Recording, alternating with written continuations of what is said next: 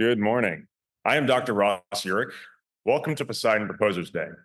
And also welcome to Baltimore, Maryland. This is our agency's first event in the great state of Maryland. We're very proud to be here. Poseidon, for those of you who might not know, is an acronym. We have acronyms galore here. So Poseidon stands for Platform Optimizing SynBio for early intervention and detection in oncology. You might be wondering, what is Proposers Day? Or why am I here? You are likely here to learn about this revolutionary program and the vision for the future of cancer care.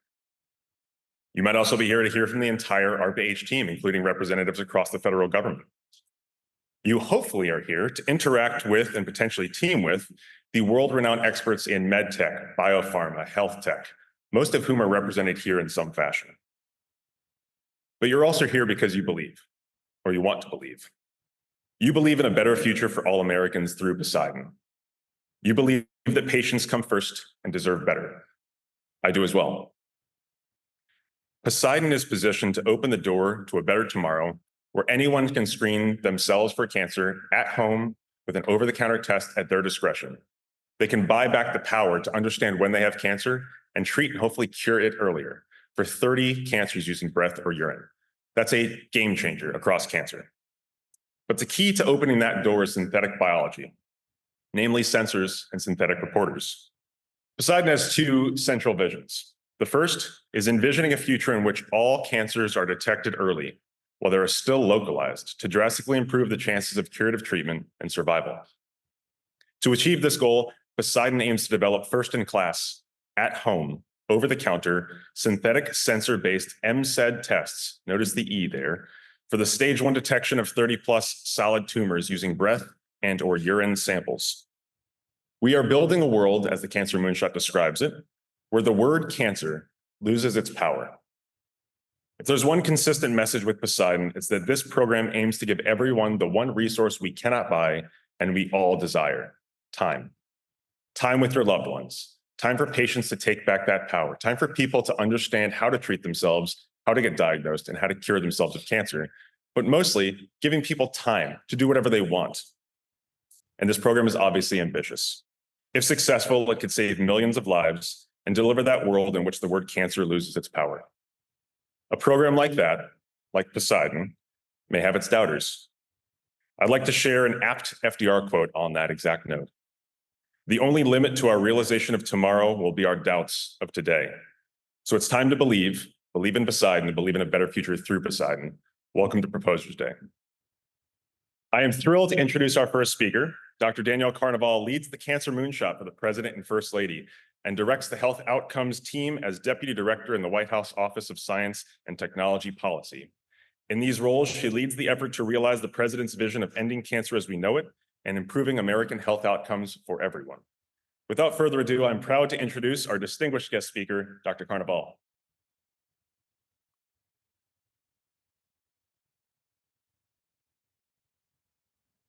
Good morning, everyone.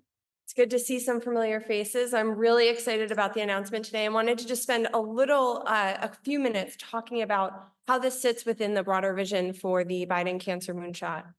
President Biden has led the Cancer Moonshot mission to end cancer as we know it since 2016. Cancer is personal to the President and First Lady. That's why they committed to end cancer as we know it as one of the missions of their lives. Cancer is personal to me, as I'm sure it is to many of you, and cancer is personal to essentially every American family. That's why the Biden Cancer Moonshot is a priority for the Biden-Harris administration.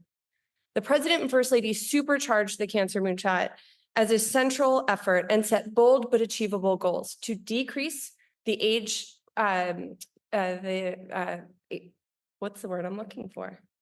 The age-adjusted death rate from cancer by 25%, by 50% over 25 years, and to improve and boost support for patients, caregivers, and their families. One of the most significant steps that the Biden-Harris administration has taken to date is the creation of a brand new agency, ARPA-H, charged with driving innovations and improving human health outcomes.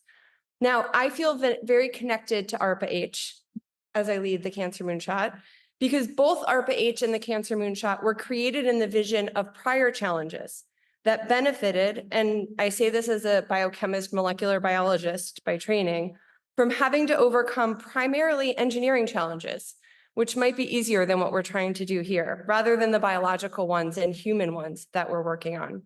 And may I add, benefited from some more aggressive investment. I'm talking about the original moonshot and DARPA, of course.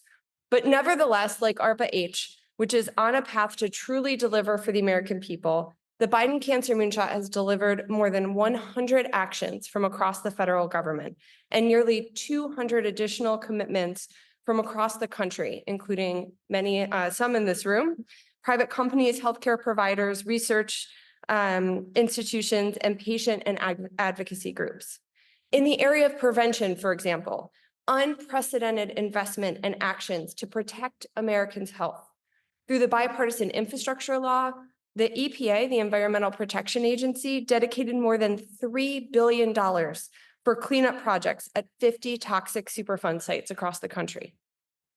We protected more than 100 million Americans from exposure to PFAS, so-called forever chemicals, known to cause cancer and other health issues. This is by establishing the first ever legally enforceable drinking water standard for PFAS in April of this year, and dedicating more than $20 billion to improving drinking water.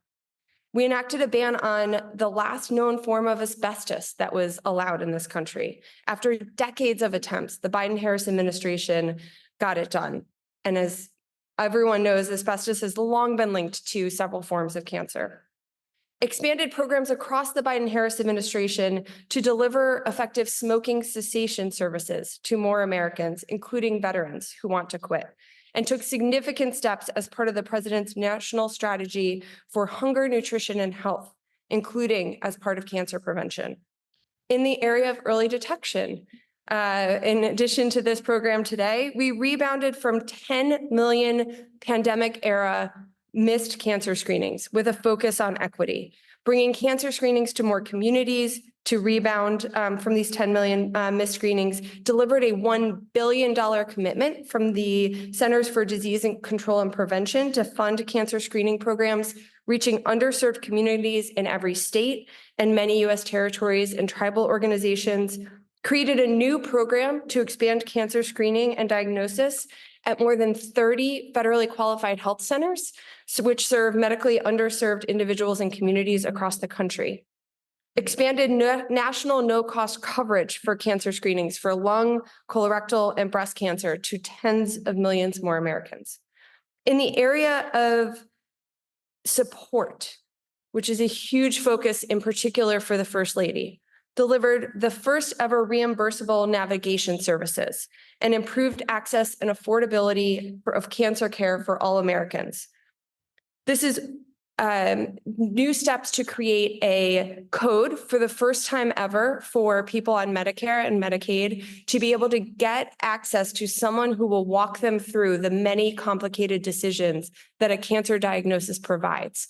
And whether they need access to a clinical trial or to consider transportation or financial support, they now can have someone who is a paid, recognized part of their cancer care walking them through that. We've, with the First Lady's leadership, we've been able to get 7 national health insurance companies to already step up and say that they're going to reimburse from the private sector insurance side. And we've had more than 40 providers say that they're going to provide these services and make sure that they are reimbursed. The president has taken historic action to reduce the cost of healthcare. As we know, cancer is one of the costliest diagnoses a person can face in the United States. Patient out-of-pocket costs for cancer care total more than $16 billion each year, and approximately 40% of cancer patients fully deplete their assets by the second year of their diagnosis. More Americans have health insurance today than under any other president, and starting in 2025, millions of seniors on Medicare will save up to tens of thousands of dollars a year, particularly for high-cost cancer care, because the president capped out-of-pocket prescription drug spending for those seniors at $2,000.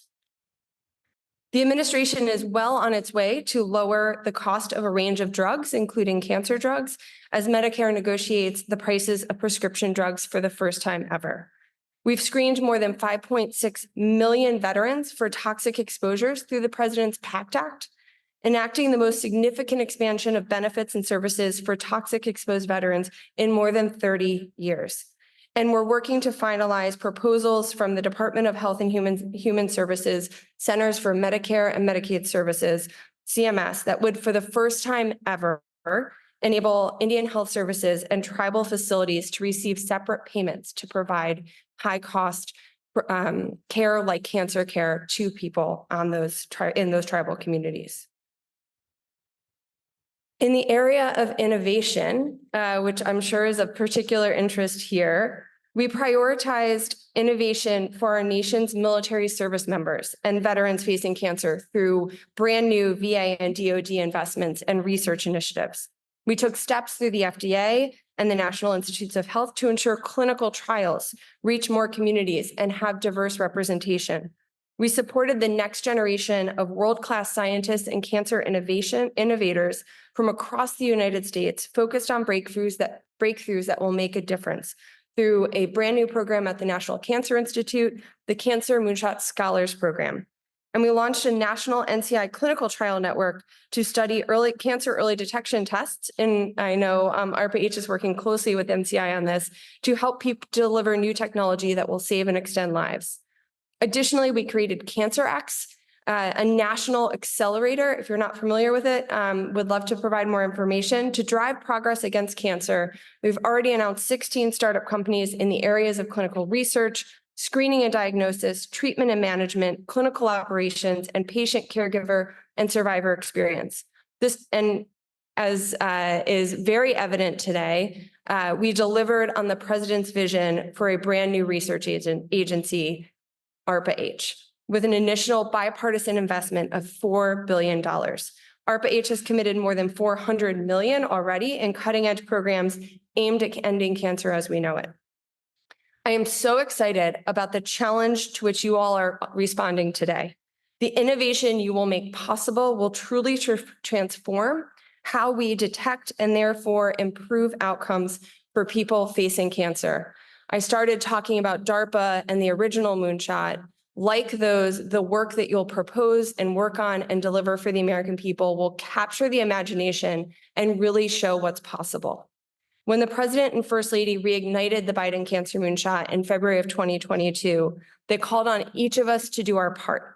They truly believe that if we come together, we can achieve this mission and so much more. So thank you for answering the call. Thanks for using your talents in this way. And together, let's end cancer as we know it. Thank you.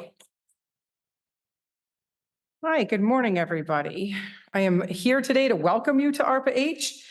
I am the director of the Health Science Futures Mission Office within ARPA-H. So this is the mission office in which Dr. Urich is a program manager, in which the POSEIDON program is being run. And we are really honored and excited to have you all here today to hear about our newest innovation in cancer screening, not diagnosis. But I want to give you a little bit of an overview of ARPA-H. You heard some wonderful comments from Dr. Carnival that kind of set the stage. I want to lay the groundwork a little bit more for what we're doing at ARPA-H, a little bit of a deeper dive, and set the stage for what I hope is welcoming you to this agency. If you're successful in this program or other programs, we want to welcome you into the ARPA-H community. We want you to understand how we function as an agency, kind of a little bit of what goes on under the hood. So with that, as you heard, ARPA-H was stood up by President Biden back in March of 2022 to really pursue ideas that break the mold in the vision of the business model of DARPA. We have one very simple mission, that is to accelerate better health outcomes for everyone. And I'm going to leave that there. You're going to hear a lot today about how we take this mission very, very seriously. You'll hear about how we want to build in equity and make sure that folks have access to the technologies that we develop.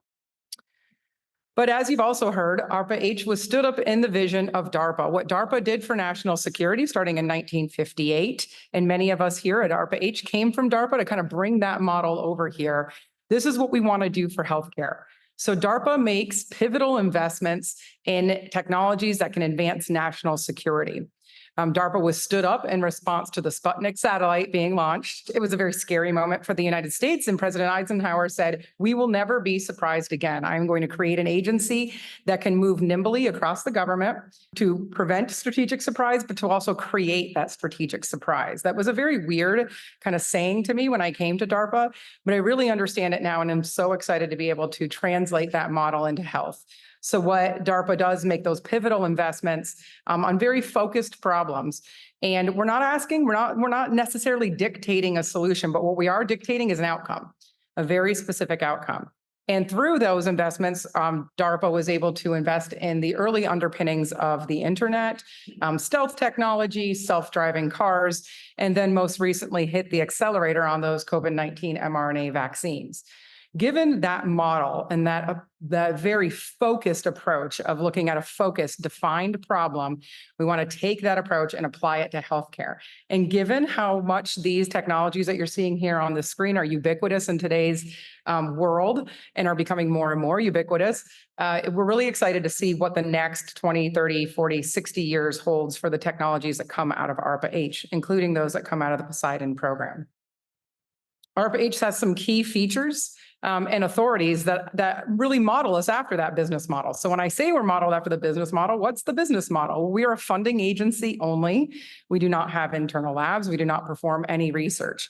There's a lot of information over here on the side. We have appropriations that are independent from the NIH budget, and we do have appropriations. So that's important for a funding agency. We are disease agnostic. We are not the National Cancer Institute. The National Cancer Institute focuses on cancer. That is their mandate. We can focus on a multitude of different diseases, but our problems are very focused and defined. Clearly, today's focus is cancer, and we will have programs that focus on very specific diseases, but we will also have programs that are disease agnostic. And in some cases, as you'll hear in a little bit in the Health Science Futures Office, you may question how these things are ever going to relate to healthcare, but our hope is that some of the things we're doing today lay the groundwork for healthcare in the next 30 years. We have a lean and nimble management structure, a very flat organization. Our director reports directly to the Secretary for Health and Human Services. And one of the things that particularly sets our agency apart from many other agencies is that we have term limits. So our program managers, myself, our deputy directors, all of our technical leadership within the agency have 3-year term limits with the opportunity to re-up for another 3-year term for a maximum of 6 years. Then we have to leave. We all have to leave. I have to leave. Dr. York has to leave. Everybody leaves. The reason for that is that this agency is a bottoms-up organization. I do not mandate what we're going to fund in the Health Science Futures Office, and our director does not mandate what the agency is going to fund at an agency whole. Rather, we go out into the community and we find people that are passionate about a specific area of healthcare. They know what the problems are and they want to solve them. They see, if I could wave a magic wand, this would be my solution, and they see a potential path towards that solution. They come to us if they've got the right personality and the right mix of an idea.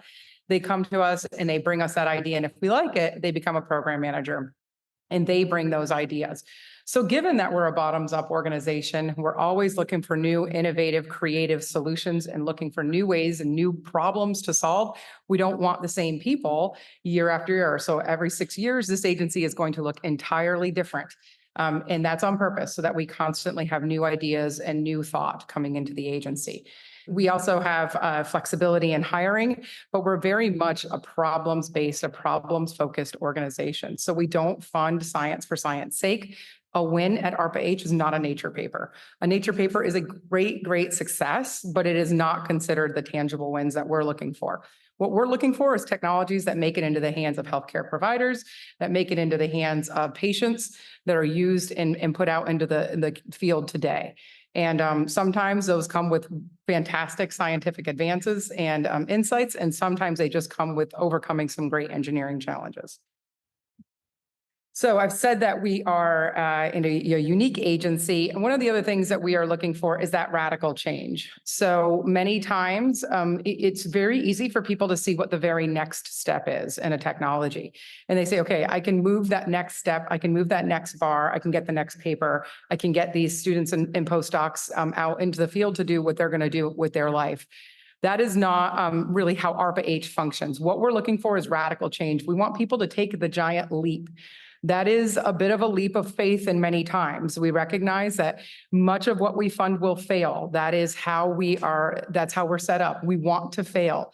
If we're not failing, we're not being crazy enough. We're not taking big enough risks. So we do want to take those big risks. And when we're successful, sometimes we're able to take that leap. Sometimes we miss, and sometimes we just barely miss that edge and we still advanced 90%.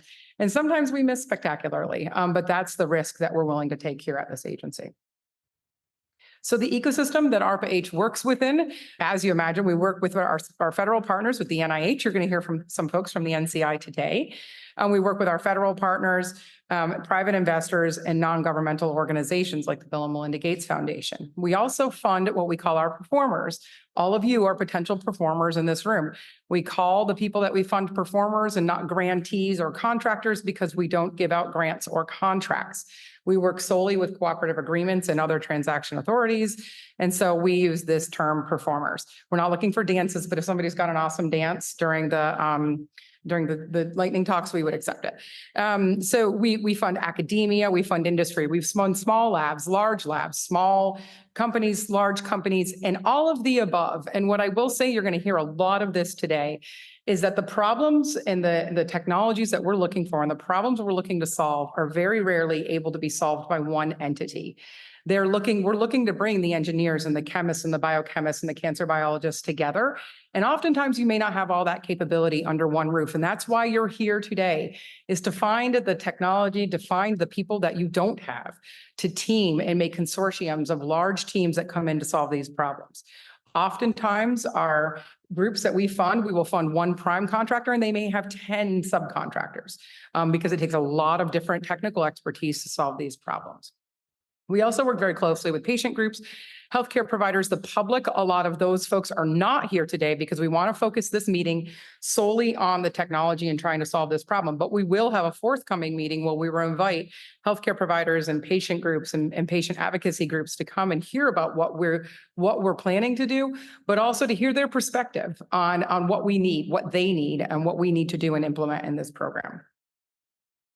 So ARPA-H has 4 mission offices and a transition office, so 5 offices overall. I'll just briefly touch on some of these just to give you a little bit of an understanding of how the organization is laid out. Again, not that black box. We have a headquarters in Washington, D.C. on Franklin Square. We're on the 12th floor of the Washington Post building, super easy to find. We also have some hubs in Cambridge, Massachusetts, and Dallas, Texas. And within the organization, we have 4 technical offices.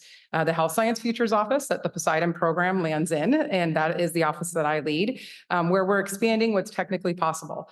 This office invests in tools, platforms, technologies. In theory, we should be the craziest office. Some of the things coming out of our office should make people squint and say, I don't know if that seems like a good investment. And our hope is that some of the things we're investing in, like I said, may be the new imaging modality of 2055 for our grandchildren. Some of the investments we make will be a little bit more near term. POSEIDON is a great example of that. Still a great moonshot for cancer, but a little bit more near term.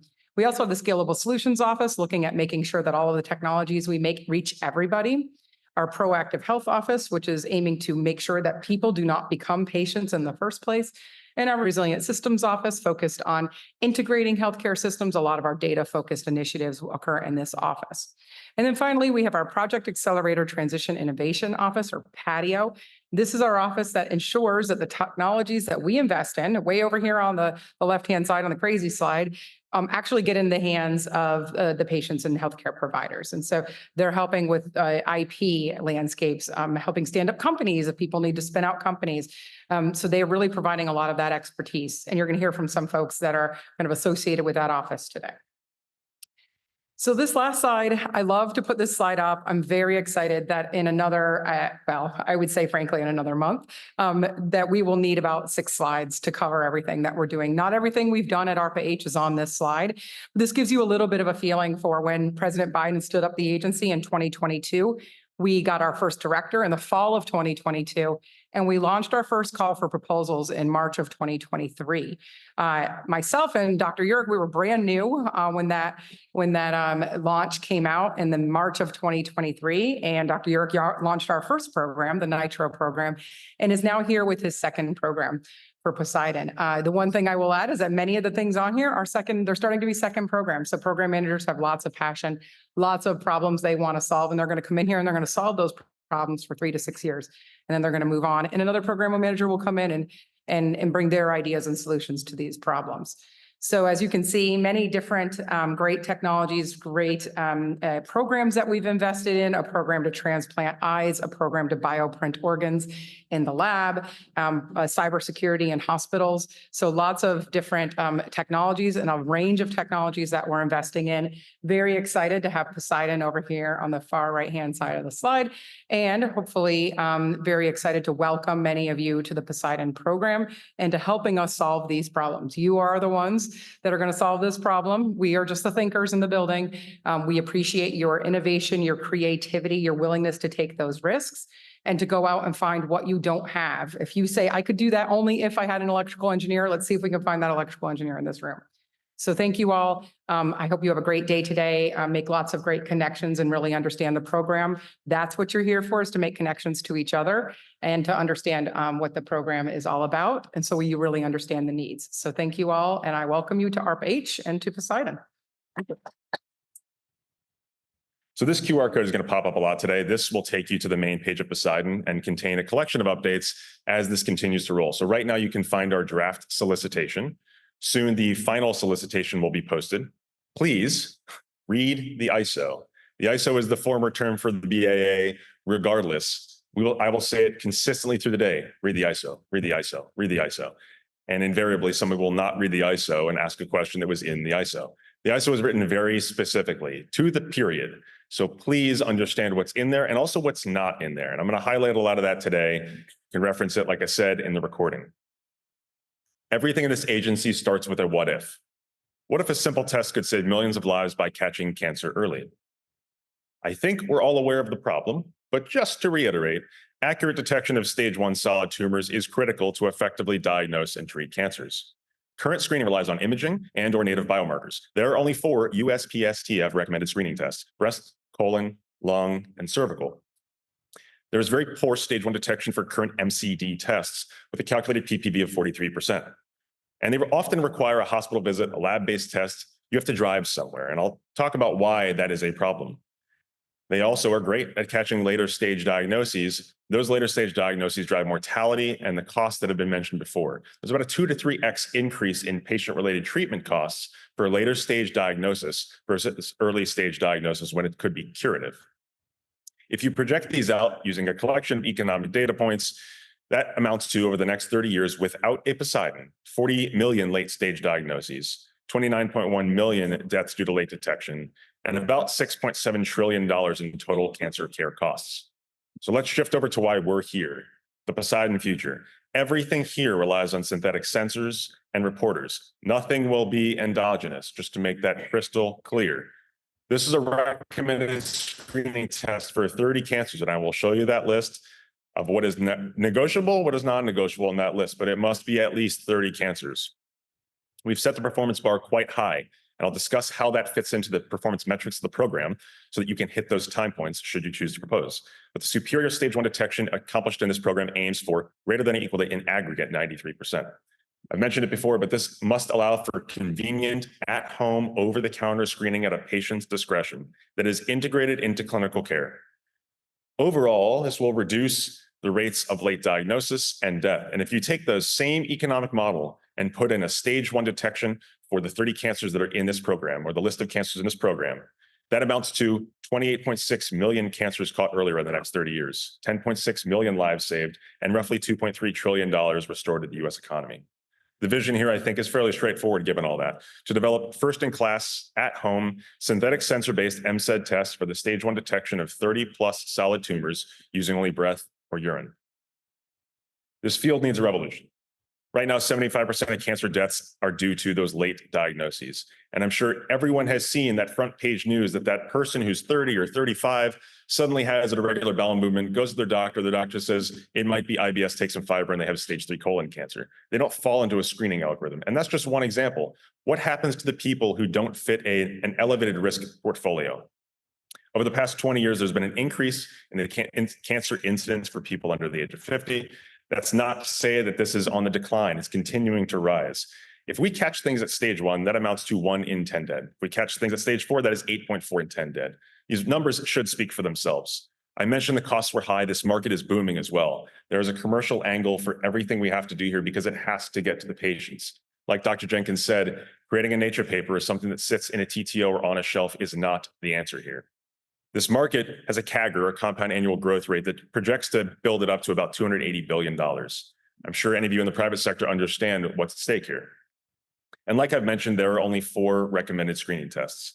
This is further compounded by the fact that people can't access them. There are healthcare deserts and hospital deserts across this country.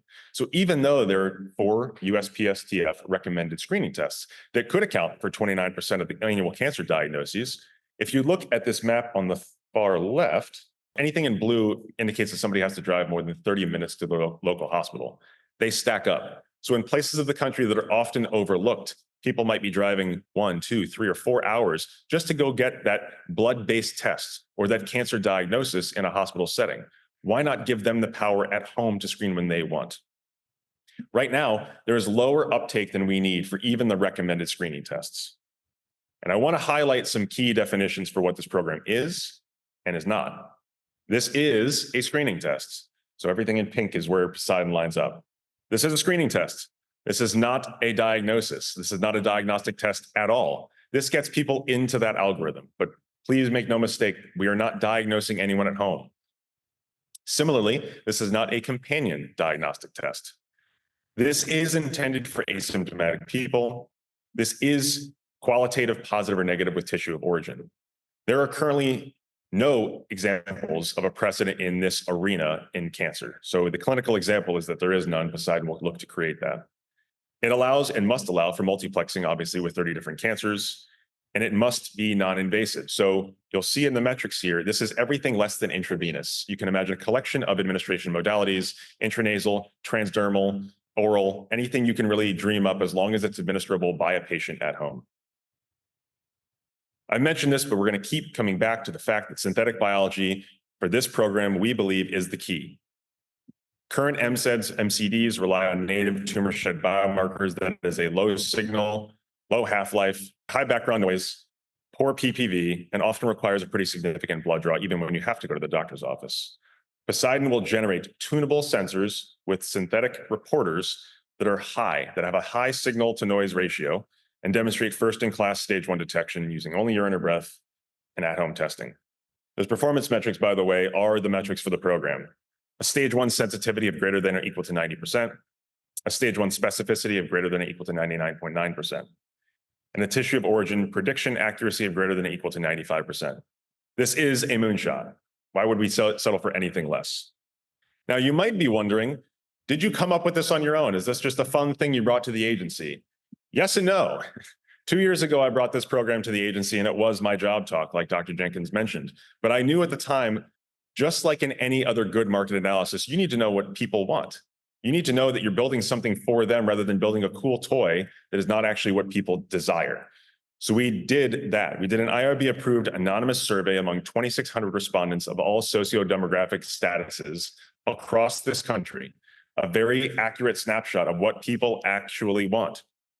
This is a snapshot of the answers, just to confirm or change what we put in this program. You'll see that everything here is directly in the program. We're accounting for patients, and this is not a one of one.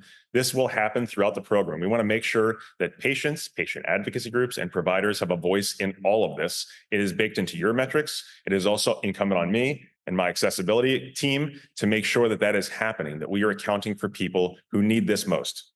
Would you be interested in a cancer test that accurately predicts it at its earlier stages? Obviously, yes. What is the most you'd be willing to pay out of pocket each year for the best at-home cancer test? $100. You can see $1,000 is the lowest there.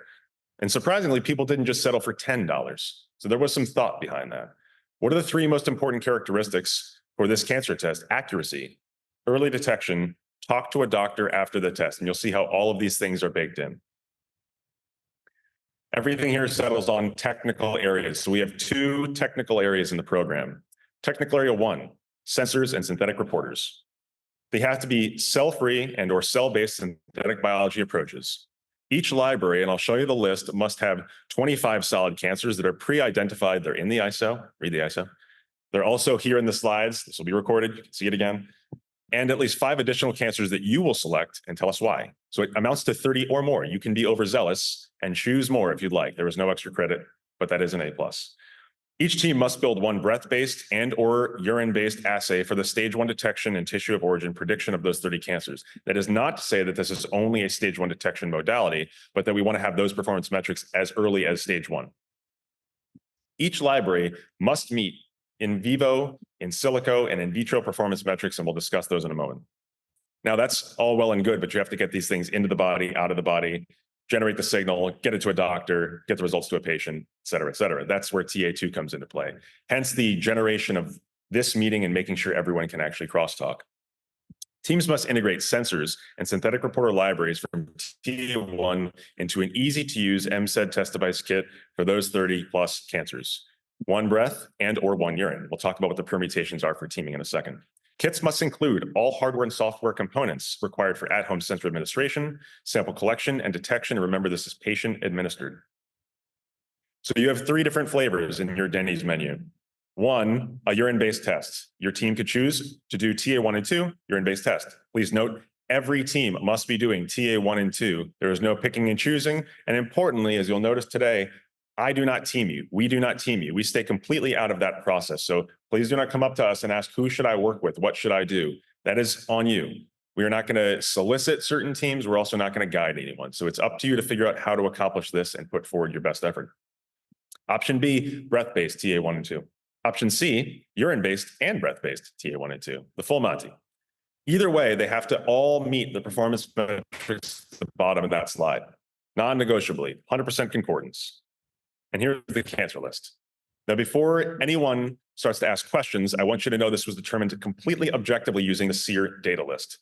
So there was not a scenario where we said, ooh, we like this one and not that one. That never occurred. They were selected based on 2 criteria using the SEER tumor data. Hardest to diagnose at stage 1, highest survival benefit from a stage 1 diagnosis. And based on that, you have your list of 25 non-negotiables for this program. You can see the remaining 19, you can select your own adventure there. You can choose whatever you want, but you can justify it to us. Now that might be a technical justification, an accessibility-based justification, anything else in between. The timelines here, like you would find in any ARPA program, 5-year program. So the first 36 months are discovery and development. This is a reference just to where these things are in the ISO, so tables 2, 4, and 6. Then proceeding into non-clinical testing, 15 months long. And finally, clinical testing, a phase 1b/2a trial at the end. This is a different infographic to just demonstrate what the timeline is and show you where these gates fall. So teams will most likely be working in parallelized efforts. The groups working on TA1 will do synthetic sensor and reporter R&D. They will have to meet these gates. The gates indicate that if you do not meet the in silico, in vitro, and in vivo performance metrics, you do not get to continue.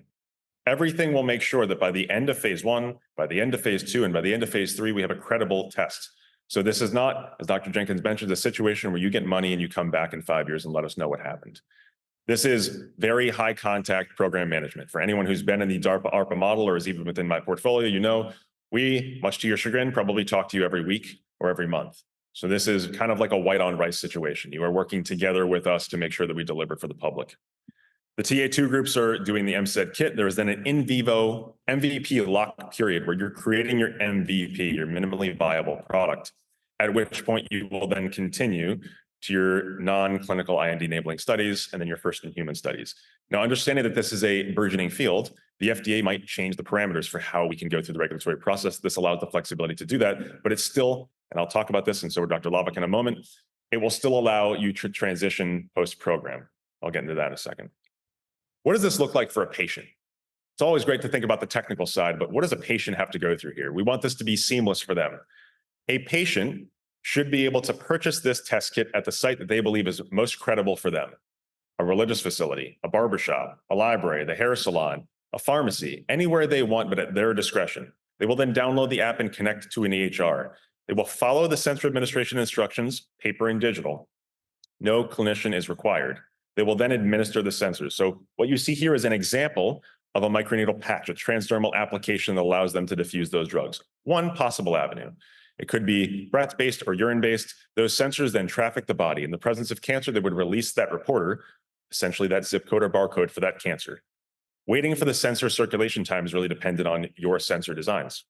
They then self-collect that sample. So if it's breath, as you can see here, or if it's urine, they would self-collect it and it would generate a signal. Now, critically, patients should not be finding out at home that they do or do not have the presence of cancer without a doctor involved here. So there should not be a situation where a patient is taking this test and unlike the at-home HIV test or pregnancy test, they find out immediately. Nobody should have that bad news broken in a vacuum.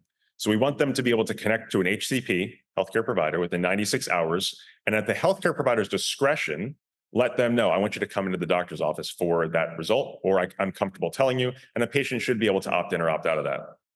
At that point, that HCP will then go through the algorithm to get them to the next echelon of care based on their geographic vicinity. On the clinician side, they would see those test results. So in the presence of a positive test in this example, cancer detected lung or cancer not detected X. And here are the metrics. So for TA1, I know we've talked about the performance metrics a bit. Before progressing to sensor building, a performer must demonstrate greater than or equal to 80% classification accuracy. These are just highlights. Please reference all of this. This is a snapshot. Before progressing to in vivo studies, greater than 5-fold increase in reporter release and greater than 2 signal to noise ratio in logic table tests. And again, those performance metrics apply. By the end of phase 1, GLP compliant manufacturing of sensors for non-clinical testing must be greater than or equal to 15. For TA2, there must be only one administration methodology. So we don't want people taking pills and doing inhalers and everything else. It should be easy for them to be able to use this. There should also only be one reporter detection modality. So whether it's a paper strip or an aptamer or a membrane strip or a chip, whatever it is, it must not require a visit to a healthcare provider. So please make note of that. Going into phase 2, they have to be able to do their IND enabling studies, ADME PK/PD. They also need to demonstrate CGMP manufacturing of the kit for greater than or equal to 130 patients, which feeds into phase 3, which is 130 patients as it's currently designed. So 30 healthy asymptomatic individuals and a greater than or equal to 100 patients with confirmed stage 1 cancer diagnosis. I am breezing through this, but please, again, read the ISO. This is all in there. Reference it fully. This is expected to have 100% concordance when you put together a proposal and your solution summary. Now, that's the technical. Getting to market is a totally separate beast, and making sure this is accessible is a separate beast, and it's expected to be integrated into what your approach is. So you might have a CSO, CEO, PI team that's running the technical side. It is also expected you have a project manager, essentially a CFO, who's running the entire project component, and an accessibility officer, an engagement officer in this situation is what we're calling it, who covers all the engagement components. And I'll talk about that in one slide. But on the commercialization side of this, you are expected to generate an IP management plan, a target product profile that continues to evolve over the course of this program so that people at the end of this know exactly what they're getting, so that we know what we're getting and you know what you're getting as well. And there are very consistent and rigorous FDA guidelines that are throughout this and timelines that are throughout this. Again, things could modify, but we want to make sure that you're not playing catch up as the program continues. By the end of this program, you'll have a comprehensive commercial viability assessment report, as well as a final TPP, the target product profile, and a finalized go-to-market strategy. Finally, on the accessibility side, your engagement officer is going to be key. That's considered, from my standpoint, your key three, the 3 people who will be leading your team. They also get to bring in an outreach coordinator who establishes a companion cancer outreach program that's designed to promote patient and provider buy-in within the catchment area of clinical trial sites and produce annual reports documenting your progress. It is essential that you account for people who need to be able to use this with or without insurance, whether they live in Baltimore or Detroit or Los Angeles or Manhattan or Arkansas. People have to be able to access this. That's central to what we do, and it's a very good segue into also our partnership with the NCI. So we've done that survey. You saw the survey. We're going to continue to do that. This is in line with the FDA's strategic priority for advancing health equity. Listening sessions are critical. User input is critical. And design thinking and human factor design is critical. We need to engineer for patients, providers, and payers. We have a very exciting MOU that Dr. Lavick is going to speak about in a moment. That MOU, or Memorandum of Understanding, is the first of its kind. What this allows is a non-siloed government cancer situation where we can innovate, finish this program, and anyone who successfully finishes it has the opportunity to be evaluated for continuation into a much larger randomized controlled study through the NCI. This also allows direct collaboration with the NCI that generates credibility across the ecosphere. So it's very exciting to see that we now have the opportunity to tell you, you could enter Poseidon and be able to understand where you're going to be in the years after Poseidon as well. Every performer team is also responsible for building an insurance action plan and affordability plan to demonstrate how you're going to do what those patients said they wanted. They wanted a test that's $100. That's going to be difficult. We fully acknowledge that. It's not going to be that on day one, but we want you to demonstrate to us how you could ideally get it down towards that number. That is the metric because patients want it. But again, we know that technology has to drive what is affordable with economies of scale as well. But doesn't mean that we won't try. And we're not going to put a very good, valiant effort forward. The engagement officer and outreach coordinator that I mentioned are also central to your team. I've alluded to this, but what happens after Poseidon? So based on the results of your phase 1 clinical study and the availability of funds, the parties may contemplate pursuing a phase 2/3 clinical trial within the Cancer Screening Research Network. And I'm not going to steal her thunder. I'll let her discuss what that is. What that really allows you to do is, like I said, go from beginning to hopefully almost to market with your plan. And we're going to make sure that whatever you finish this program with is lined up to continue to translate and through further clinical trials. I think it should be fairly evident at this point, all of the things that this program requires and all of the high bars we're setting. Engineered synthetic sensors and reporters for at-home screening. That requires a collection of new approaches, 30 cancers that have to be detected for high impact on survival. That requires very sophisticated sensors. Integrated human-centered design. This requires cost, accessibility, and user experience to be factored into everything we do, and we're not going to compromise on that. We have to set a high bar for test performance. You saw those metrics. They are non-negotiable. We're going to aim for that. It requires superior stage 1 detection. We're going to combine disparate disciplines. This requires expertise in every major thing you might imagine. Cancer big data, synthetic biology, hardware and software engineering, clinical trial design, accessibility, regulatory strategy, translation. And finally, we need a new regulatory strategy and we need a new approach. And that's where this exciting partnership with the NCI comes into play. And that's where also you rely on us to advocate for you on our side of the table. Now, what happens next? What is this ISO thing? I know I've said it repeatedly. This is for your reference. So just to summarize, no endogenous biomarkers, no LDTs. Just off the bat, synthetic sensors and reporters only, at-home screening only. Only breath or urine. Those are the only 2 modalities we are considering here. This must be self-administered, no HCP required. The proposals that you put forward in the solution summaries before that must demonstrate that you're going to meet every program requirement, objective and metric. Teaming is obviously highly encouraged. We've talked about it a lot. As of right now, nobody can do this on their own as this program is defined. So please talk to one another and figure out what works best to actually accomplish this for the public. They are counting on you. From a dates standpoint, there is a priority date. I'll let my fantastic colleague discuss that. That is October 16th. And then the last date to submit your solution summary is November 6th. Next steps. So your solution summary, also known as potentially an abstract, is a 1 page of text, 1 page of infographic submission. Should be an easy lift, but remember you have only that amount of time and space to convince us that you deserve a proposal.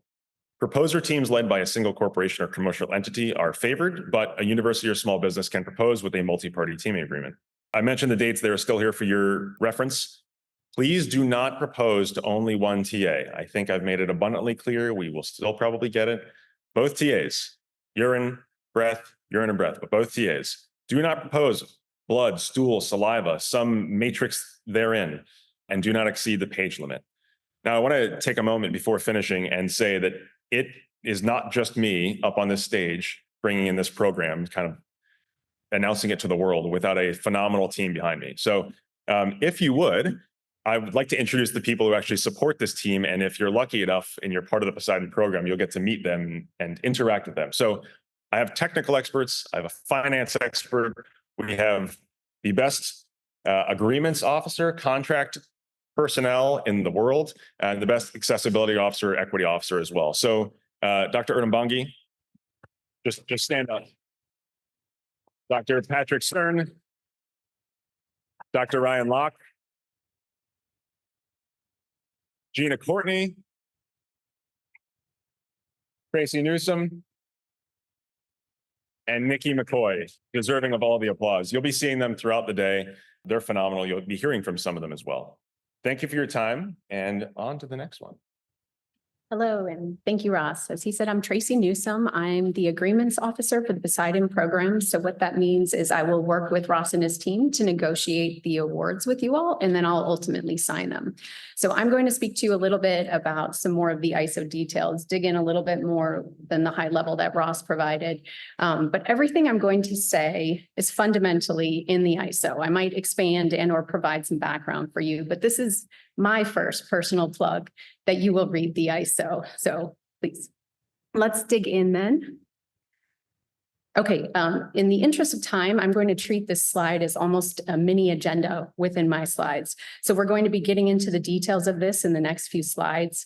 The only exception to that is the second bullet. I included that because we receive a lot of questions about, what is the program ceiling and what is the budget for individual projects? So I'll just take care of that right away. We will not be publicly releasing the program budget or any ceiling, and we have not established ceilings for any projects or even a range for each project. It will be entirely dependent on the solution proposed. The first bullet up there relates to the fact that we will only be negotiating and awarding other transactions under the POSEIDON program. And I believe Amy and Ross also mentioned that as well.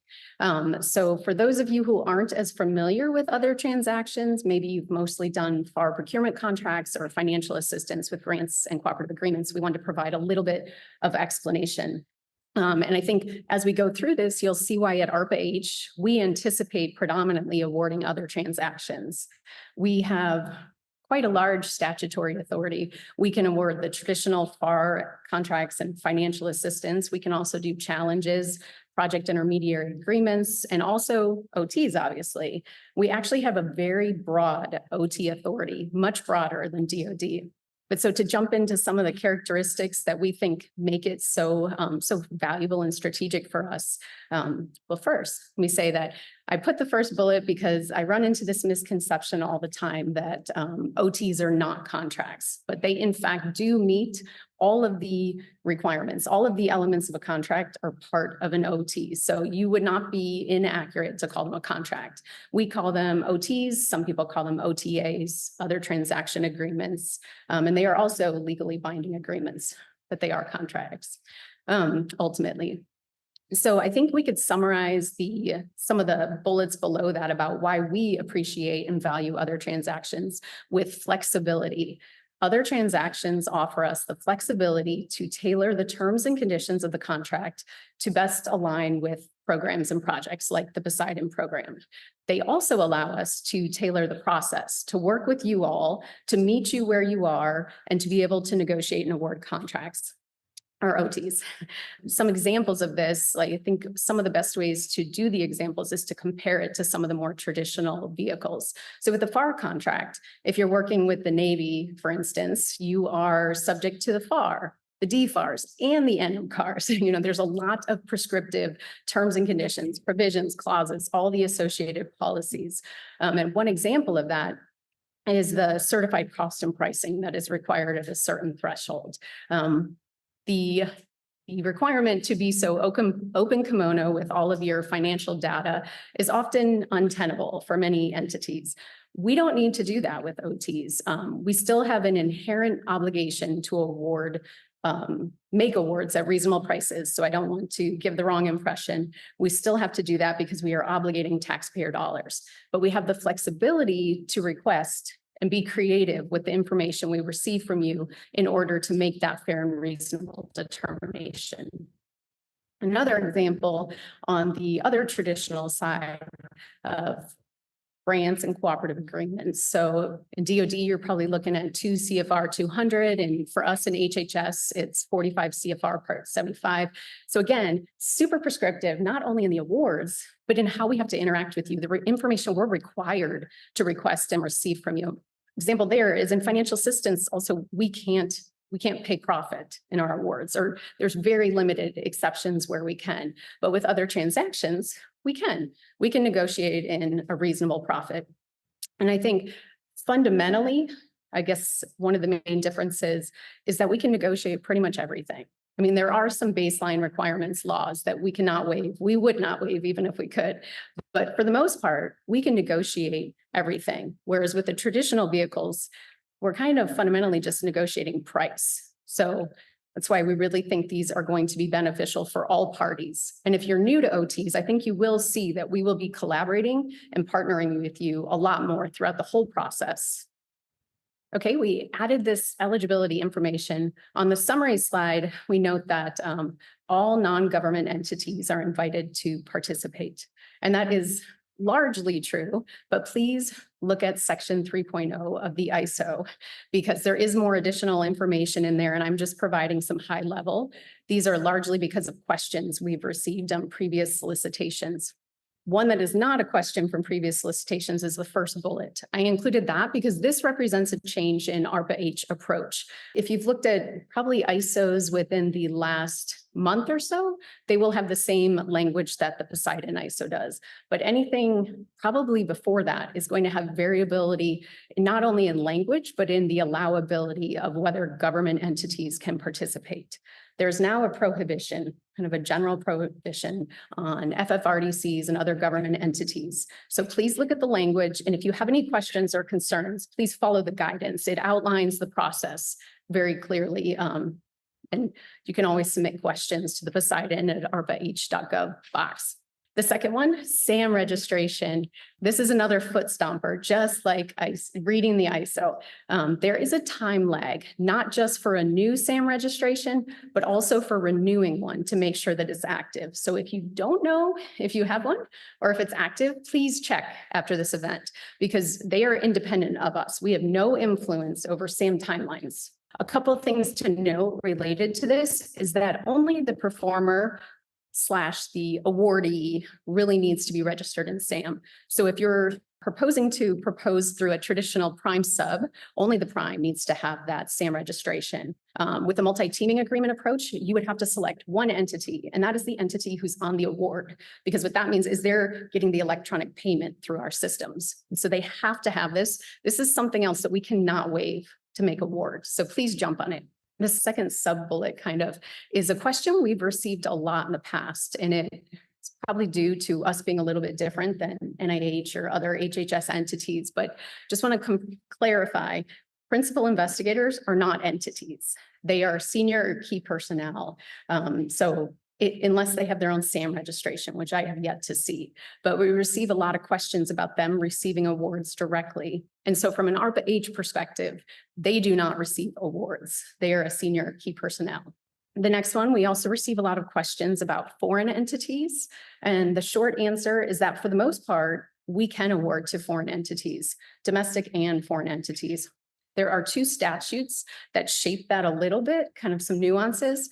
The first one is our ARPA-H statute, and that says that we have to prioritize awards to entities who will perform on US soil.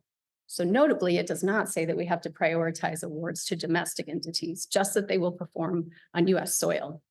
The second one is a little more black-white, and it's outside of ARPA-H. It's more overarching. It's in the US code related to all federal agencies. And it says that we may not make award at any level to a covered foreign country, or that is entities who are established under a covered foreign country.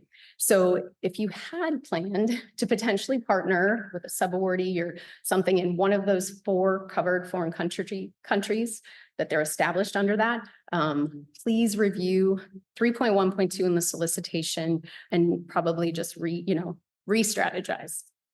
And then finally, Dr. Urich already mentioned the proposer teaming structures. We tried to articulate what we think is the ideal teaming agreement or arrangement, and then an alternative. If you are not going to propose with a commercial entity as the prime, and then have a traditional prime sub, that you could structure it in a different way, but we may require that you negotiate a multi-teaming agreement.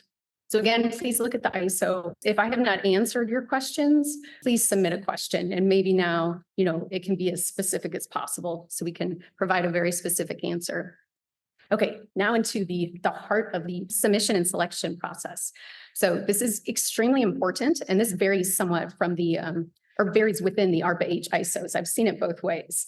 In our case, solution summaries are mandatory. So the only way for you to continue to be eligible to be a performer in the POSEIDON program is to submit a solution summary.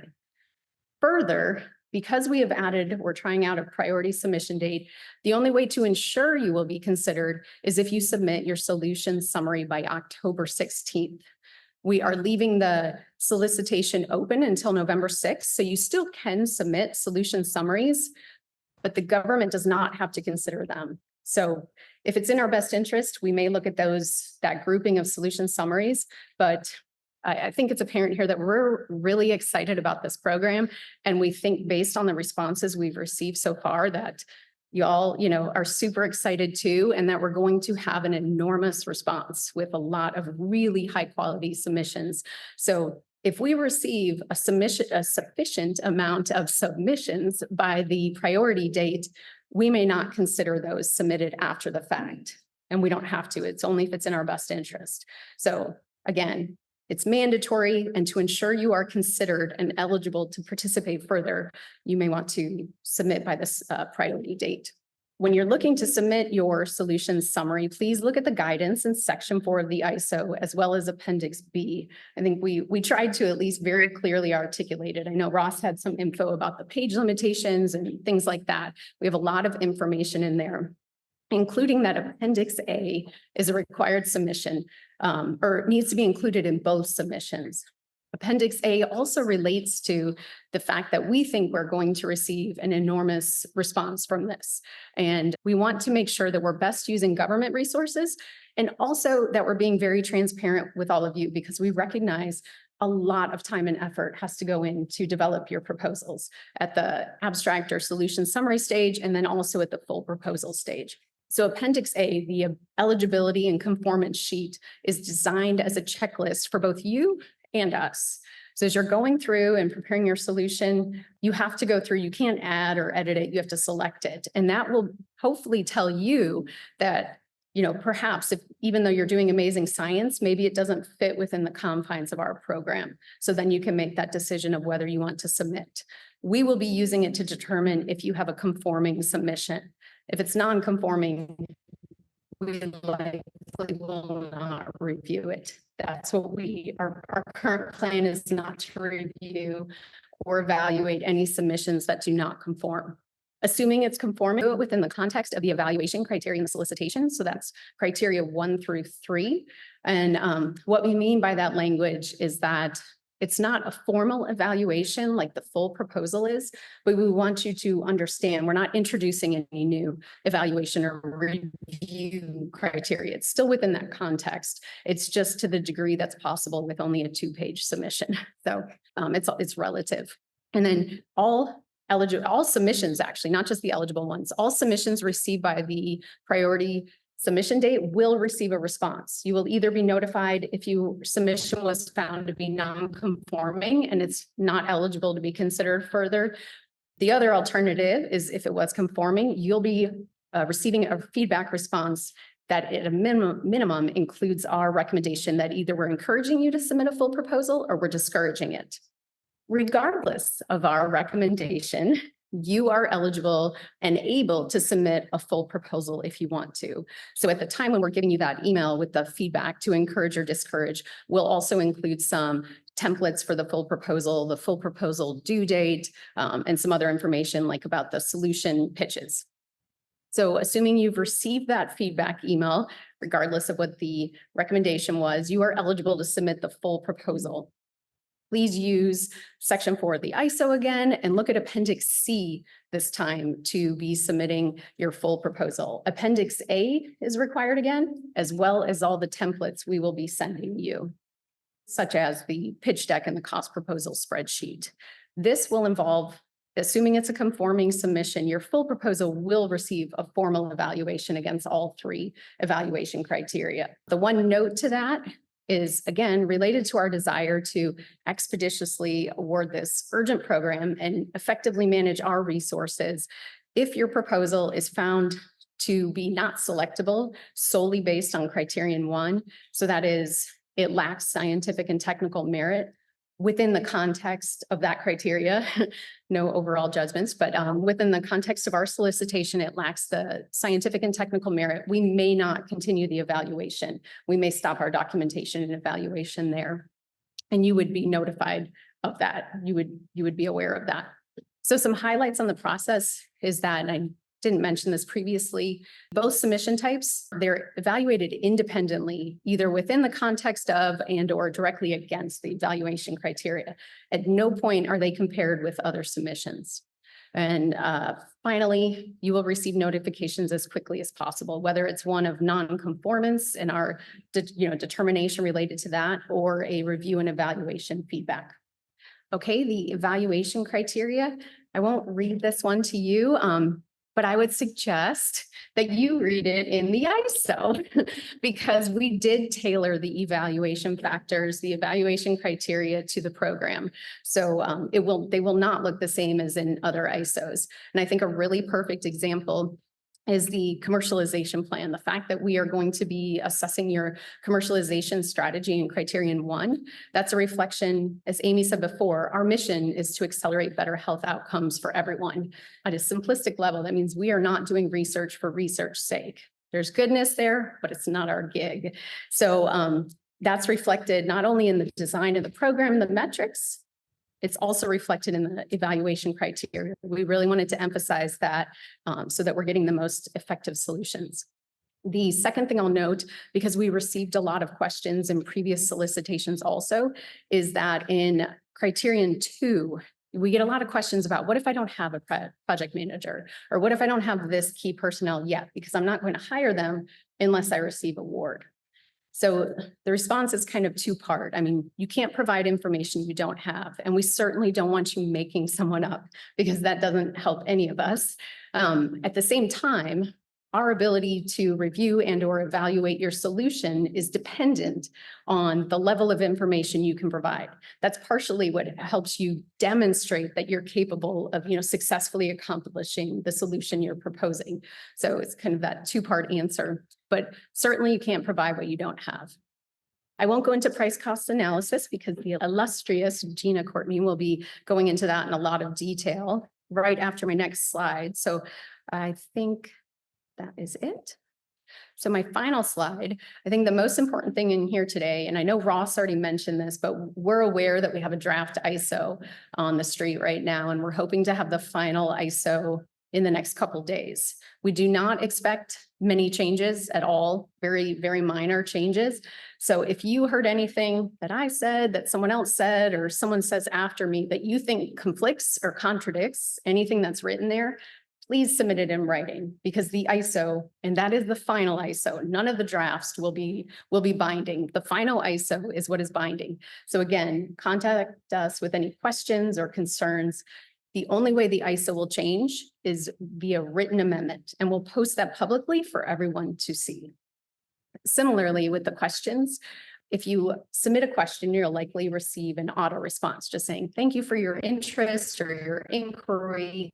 We'll be posting Q&A as soon as possible. We don't intend to respond to everybody. What we expect to do, the kind of the typical government approach, we will prepare the answers, paraphrasing if we have repeat questions, and then we post those so that everybody can see them at the same time.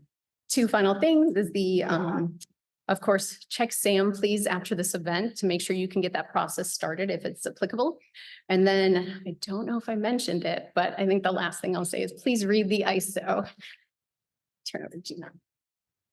So good morning, everyone. My name is Gina Courtney. I'm the Business Finance Manager for the POSEIDON program. And today I'm going to be going over an overview of the costs and administrative requirements associated with the POSEIDON ISO. So as Tracy mentioned, the first part of the process is to submit a solution summary. This is a mandated part of the process. When you submit your solution summary, you'll submit a one-page rough order of magnitude, or as we like to refer to it as a ROM. It's simply a one-page budget estimate where you'll show the major cost categories by phase. The second part of the process, once the solution summary part of the process is over, you'll be receiving feedback, and then we'll move to the full proposal stage. The full proposal consists of volume 1, the technical and management proposal, volume 2, the cost proposal, volume 3, administrative and policy requirements, And finally, the last piece is the pitch deck. So going back to item number 2, the cost proposal. The cost proposal is simply a Excel workbook, and we will want it in Excel, not printed to PDF. And we will provide that. ARPA-H will provide that cost proposal template when you receive your solution summary feedback. The other part of the cost proposal is your pricing support. So for example, if you are going to be buying pieces of equipment, we'll need to see vendor quotes associated with that. The last piece is the administrative and policy requirements. This is outlined in the ISO. There's a table where you identify your team members, conflicts of interest, security disclosures. There's a table where you will list your IP. And then there's also documentation that we require affiliated with the human subjects and or animal subjects research. And then your pitch deck. So what will comprise your pitch deck and how the logistics around when you will brief, that will also be provided when you receive your solution summary feedback. Okay, so going back up a level to the solution summary. So this is a template that's in Appendix B of the ISO. This is the exact template here. This is your rough order of magnitude. And as you can see, it is very top level, and that's intentional. So you'll show your estimated labor costs with your labor hours. You may submit them fully burdened. Your subcontractor cost, materials, equipment, travel, profit, and so forth. Of important note is this is a ROM template that we are providing you, but you may edit it. So if there's costs that you want to convey that don't fit within these categories, you may add rows as needed, but it cannot exceed more than 1 page. Now, taking a look at the cost proposal. So as I mentioned, we will be distributing a cost proposal template. It will include many tabs, a tab for labor personnel, equipment, supplies, subcontractors, ODCs, and so forth. What is really important to note is if you are teaming, as I imagine many of you will, you'll have a cost proposal submitted by your prime. Your subcontractors are required to submit at the same level of detail. So if you have a prime that's submitting at, $1,000 and your cost proposal, and you have 2 subs that are at $250, hypothetically, right? We will need to see that full detail of what the subcontractors are spending or cost estimating their budget on. Now, subcontractors, while the prime is responsible for ensuring that all of the documentation is provided by the due date, the subcontractors, if there are privacy concerns associated with maybe indirect rates that you may be using and so forth, and or profit rates, the subcontractors are allowed to submit their cost proposal template directly to the government. So of course, they will need to convey to the prime what their cost is, and the prime will include that in their template. If the subcontractor would prefer, they can submit their template directly to us at the Poseidon mailbox. And then there's very clear instructions on how to label the subject heading so that we can, identify it very simply. Okay, the next part of your cost proposal is your pricing support. So this is simply a PDF file where you'll provide the vendor quotes that I had mentioned before. If you're purchasing a list of supplies, submit your bill of materials estimate and so forth. And then finally, Tracy touched on this, but just in summary for cost proposals, you may wonder, right? Is there a range? Is there a not to exceed amount? Is there a ceiling that ARPA-H is expecting to see? As Tracy mentioned, the answer is no, right? So we are, with the evaluation criteria, scientific and technical merit is number 1. So you want to ensure that your cost proposal reflects, the best team that you can put forward, and the cost should reflect that. And then as Tracy also mentioned, the awards that will be given are expected to be payment milestone based. So your payments will be tied to the milestones that you accomplish. Okay, so a couple do's and don'ts for cost proposals. First is to be mindful of the phase duration. So phase 1 is 36 months, phase 2 is 15, and phase 3 is 9 months. So phase 1, 36 months. So one may think about the staffing model that you may have. Right? So that's for 3 years. So does your cost proposal reflect COLA, cost of living increases, and or merits for those 3 years? So you may not want to have just the salary estimates for year 1 be the same as in year 3. Just an example. We would like you to provide all cost proposal information, of course.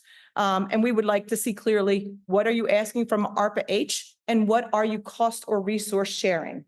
In the ISO, you will see that resource sharing is deemed favorably. So during the evaluation process, if there's resource sharing there, that will be considered favorably. So you want to be sure to note that. Include supporting documentation. I've already touched on that. The itemization of subcontracts, I've touched on that as well.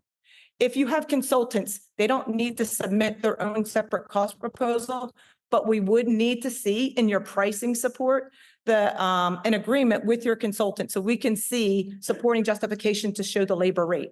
You may want to consider the timing of your equipment needs or your animal subjects research. If you need a piece of equipment that you're going to need to use in, say, Q8, right? Consider the timing of when you're going to make that purchase. Similarly, when you're going to venture into your animal research testing, there's, of course, costs associated with that. So you want to be mindful of when that's going to incur. So if on your technical proposal, you're outlining your schedule, the cost proposal, we should be able to look at it and say, okay, this makes sense. Again, you want to submit proposed costs with your consistent statement of work and state how your proposed costs will be realistic for the technical and management approach. Okay, and a couple of don'ts. So please, to the maximum extent possible, do not change the formulas in the spreadsheet. So it's a template given out to all. And do not delete rows or columns. If they're not applicable to you, that's completely fine. You can just leave them blank. And then lastly, don't cost strategize. So that seems like, from a finance person coming up here and saying that, like that seems a little counterintuitive, but I want to remind everyone about the evaluation criteria, right? So number one, scientific and technical merit. Number two, proposer's capability. Number three, cost, and in descending order of importance. So while cost is certainly going to be evaluated and it is a factor, we want the best and brightest, the most robust, the most novel approaches. With that, there's going to be an associated cost. So that cost should align with that model. So we don't want teams to propose a very low budget cost that when you're compromising evaluation criteria 1 and 2. Okay, and with that, that concludes the cost and administrative requirements. I'm going to turn the floor over to my colleague, Nikki McCoy, who's going to talk about accessibility. Right. Good morning, everyone. It's my pleasure to join you today and talk about the accessibility components in the POSEIDON program. I'll start just giving a little bit of an introduction about myself and how this really fits into the POSEIDON program. We'll go over some terminology and definitions because I think often when we talk about accessibility and equity and diversity, there is some confusion about what we mean, and then want to dig into some specifics about accessibility within the POSEIDON program. So first, again, I'm Nikki McCoy. I am the Accessibility, Affordability, and Adoption Advisor. My role is really to provide support to Dr. Urich. My role is to help him identify and manage and monitor the accessibility outcomes, goals, key performance indicators that are outlined in the program. I am here to assist him, help oversee and monitor the performers engagement officer and outreach coordinator, and work with them to help come up with solutions, think about planning, help with their program performance metrics, and monitor their key performance indicators. So my role is really advisory and really to support Dr. Urich. I want to go over, again, a couple of definitions. Diversity, equity, inclusion, and accessibility. Really, the point here is to support ARPA-H's goals of accelerating better health outcomes for everyone. That is everyone. And so really want to highlight equity and inclusion here. And the only way to do this is to get this science out to the entire American population, no matter what their socioeconomic status, insurance status, race, ethnicity, really providing an opportunity to share this terrific science that is definitely above me, but getting it out to all patients and hopefully reducing disparities. I want to talk about health disparities and health inequities first. And I think there's often some confusion. So health disparities are often just a number difference. There are differences in people and how their health outcomes, for example, sickle cell is a very easy identifiable difference in the rate of sickle cell amongst different racial and ethnic groups. However, the inequity is when it's fair, unfair, and unjust. Why is there a difference in the age-adjusted death rates amongst different groups of folks, except if there was some unfair situation in place. And so really wanting to identify health disparities and then reduce any health inequities. And then just want to talk about the things that go into health. You've probably all seen some version of this diagram, that there are many social determinants of health, and all aspects of this really impact the way health is seen in communities. And just want to point out a few that aren't always apparent to folks who work in this area, but things like the built environment. Do you have a place that is safe to exercise, even though we know exercise is a benefit? And then economic stability, having food. We've all seen food deserts on maps and things, and Dr. Urich pointed out the health deserts and folks having to drive 1, 2, 3, 4 hours in order to access high quality care. Want to point out a couple of things. Everyone's seen some version of this, but I think it is a poignant example of understanding differences here. Equality is everybody gets the same thing. Everybody gets the same thing across the board, regardless of need, regardless of status, everyone gets the same thing. But equity means that everyone gets what they need. So the little short guy needs 2 steps up. While the tall guy, he can already see over the fence. And so when you see the differences between equality and equity, just want to point out that we're really focused on equity and getting people what they need. I won't spend a lot of time on this slide, but just want to show an example of sort of the gradient, the gradient that is set up by differences in socioeconomic status. And so want to point out that socioeconomic status comes with gifts, so to speak. So if you have a higher socioeconomic status, it comes with better access to higher quality care. It also comes with social supports, and possibly it's aligned with greater literacy, greater health literacy. And so as you see the socioeconomic status, sort of the gradient sort of gets bigger in diseases that are preventable.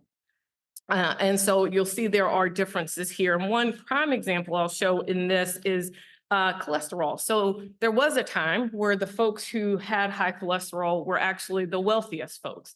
Prior to the introduction of statins, the folks who were the richest actually had the highest cholesterol. But when statins came along, then you saw this shift into the fact that folks with lower socioeconomic status ended up with the higher cholesterol because folks with higher socioeconomic status were able to access the technology and the newest treatment. So just want to point out that this is an existing issue, and it is especially important that when technology is developed without any sort of deliberate look at equity, it actually can make the disparities even bigger. And just want folks to think about that.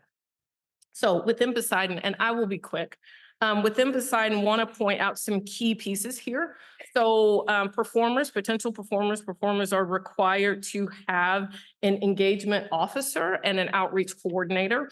The FTEs for those folks are outlined in the ISO, but want to point out that the engagement officer is key personnel and really important to the success of this program. And I've told Dr. Urich this, I think this inclusion of an engagement officer and someone in this role really shows the importance and highlights that equity is not here seen as an afterthought, but is essential to the progression of the project and performer success. And then there will be KPIs, key performance indicators, that will be set up and defined.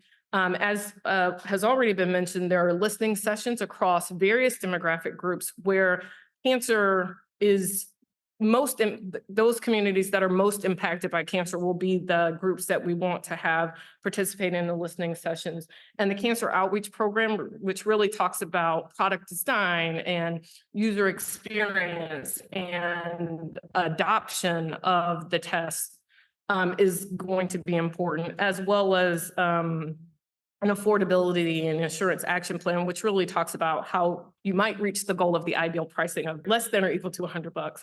And then there'll be a roadmap to equity, which really talks about how you're going to do community outreach, how you're going to work with teams, and then setting up an equity and diversity plan.